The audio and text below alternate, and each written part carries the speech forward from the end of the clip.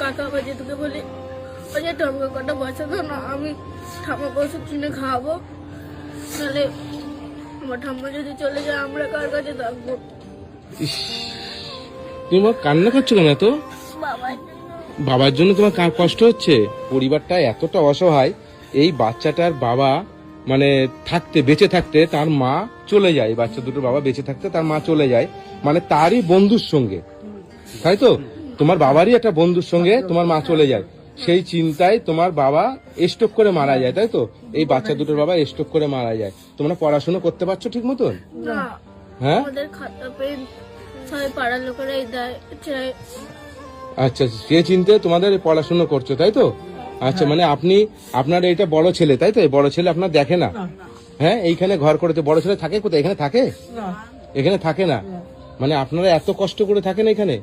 আচ্ছা, সকাল থেকে খেয়েছো?